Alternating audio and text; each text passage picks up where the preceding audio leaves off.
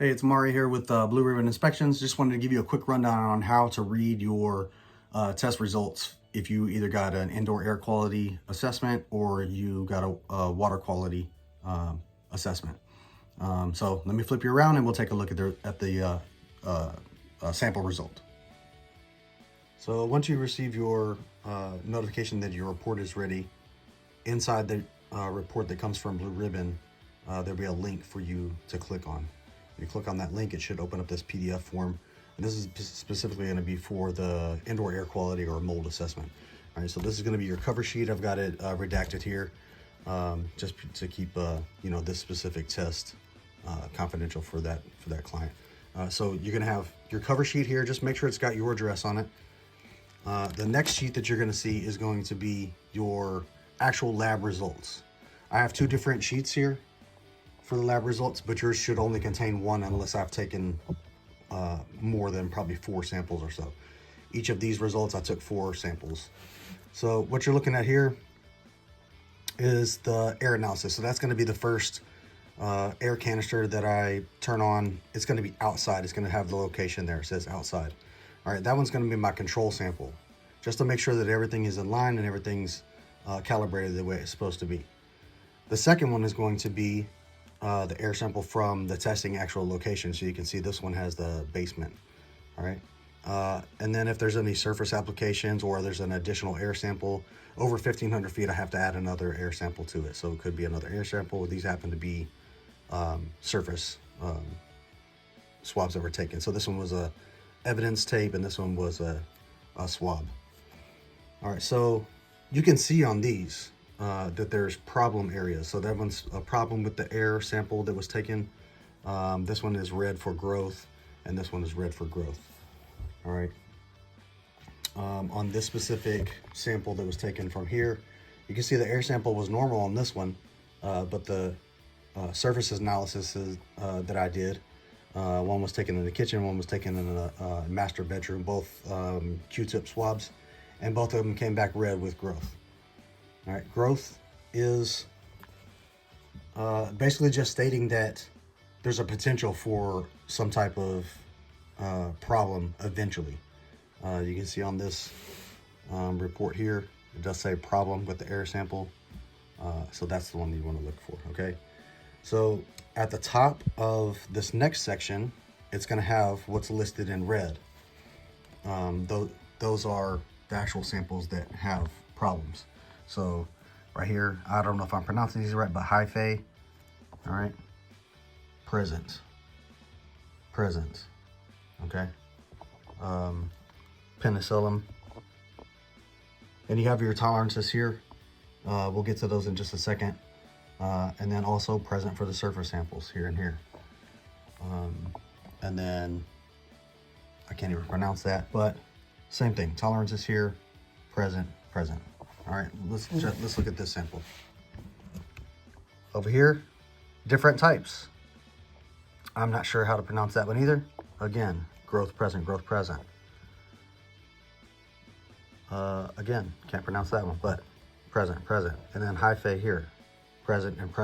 Okay, so the ones that you have issues with are going to be the ones that are listed at the top of the sheet, and they're going to be in red. So what do you do with that information?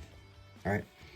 Your report is going to be several pages long. So you'll have that cover sheet, then you'll have your results page, and then you'll have your mold glossary. So the next several pages are mold glossary. So what you'll do is you come back to your results. Let's look at hyphae, okay?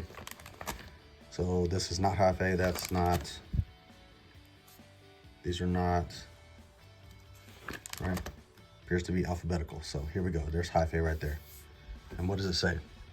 Outdoor habitat, indoor habitat, allergy potential for this one is known to be an allergenic.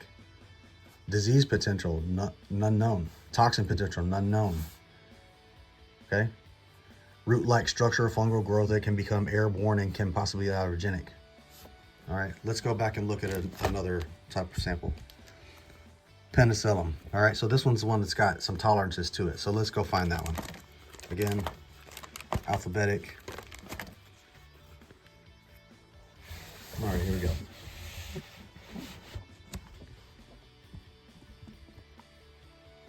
Penicillin, allergy potential, type 1, hay fever, asthma, type 3, hypersensitivity, pneumonitis. Disease potential, opportunistic pathogen in immunocompromised persons, not normally a pathogen in healthy individuals. All right, so then you get down here and it talks about some of the tolerances. There's a wide range of what is normal amount of this type of mold spores in indoor air, and 200 to 700 spores per cubic meter are commonly seen in homes. Common, right? So 200 to 700. Let's see what that report said. For this specific home, penicillin 199 in the raw count, spores 1333. So we're well over the 700. So that's how you can see that is a problem based on the glossary of the mold glossary, and based on what the results said here. All right, the best thing that you can do is get in contact with mold remediation. All right, I recommend, at this time we're recommending ServPro. That could change in the future, but we do recommend ServPro for the mold analysis. All right, so real quick, we'll just take a good look at the water samples. There's not a whole lot of information that comes along with this. All right, so this is what your report will look like with the water, a water sample. You can see on this one, again, if there's an issue, it's listed in red. For this specific one, it says coliform bacteria was present. The acceptable range is 0. All right, so the determination on this is fail. You can see down here, it says nitrate as nitrogen.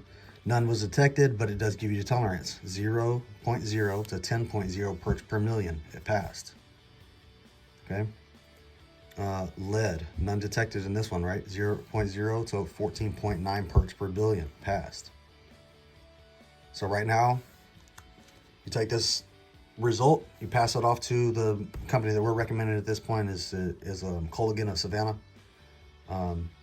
Best thing you can do is pass it off. All right, I hope that helped you out. If you have any questions, feel free to give me a call. I'm pretty responsive. You can text me also, 912-334-9203.